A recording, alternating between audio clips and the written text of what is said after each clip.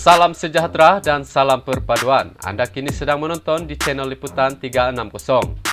Perdana Menteri Datuk Seri Anwar Ibrahim memaklumkan beliau diberi mandat memimpin dalam keadaan hutang negara mencecah lebih Rm1 triliun. Beliau berkata perkara itu bukan fitnah, sebaliknya diteliti di setiap agensi yang mana berlaku kebocoran dan ketirisan. Saya kerja kuat meneliti file-file, sebab itulah beberapa proyek ditangguhkan, teliti semula atau batalkan, bukan maksudnya untuk mencerca mana-mana tokoh politik. Saya tidak sebut nama tokoh politik. Tapi saya kata proyek tebatan banjir kerana banjir itu menyiksa rakyat dan yang jadi mangsa itu orang miskin dan majoriti yang miskin itu Melayu. Sebab itu, kalau kita nak belanjakan, kita kena teliti. Ini soal tadbir urus. Mengurus negara itu harus dengan ketertiban, peraturan, dan ke arah yang betul. Jadi, bila saya lihat umpamanya dilulus dengan spontan proyek tebatan banjir, syarikat-syarikat dipertikai, beberapa persoalan tidak dijawab, saya minta ditangguhkan dan diteliti semula. Esok saya ke Kementerian Keuangan, saya akan kaji dan itu benar bukan fitnah.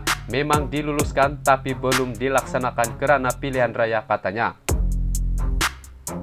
Beliau berkata demikian dalam ucap tama program pertemuan Mahabah Perdana Menteri bersama ulama dan asatiza di seri perdana di sini hari ini. Yang turut hadir Menteri di Jabatan Perdana Menteri Hal Ehwal Agama, Datuk Dr. Muhammad Naim Mokhtar, Mufti Wilayah Persekutuan, Datuk Dr. Lukman Abdullah, dan Pengurusi Jawatan Kuasa Tetap Agama Selangor, Muhammad Zawawi Ahmad Mugni.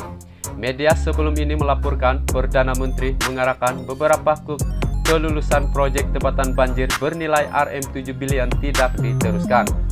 Beliau dipetik berkata ia membabitkan kelulusan secara rundingan terus yang diluluskan sebelum ini. Beliau yang juga Menteri Keuangan dilaporkan berkata pegawai kementerian itu sudah diminta untuk meneliti semula kelulusan yang diberikan bagi memastikan ia mematuhi prinsip ketelusan dan peraturan yang ditetapkan. Kamis lalu, bekas Menteri Alam Sekitar dan Air Datuk Seri Tuan Ibrahim Tuan Man menegaskan beliau tidak pernah menandatangani sebarang surat setuju terima kepada mana-mana syarikat berhubung proyek tebatan banjir. Tuan Ibrahim turut mempersoalkan jumlah peruntukan Rm7 bilion yang hendak dikaji semula oleh Kerajaan Persekutuan seperti diumumkan Perdana Menteri baru-baru ini. Berikutan peruntukan asal adalah Rm15 bilion.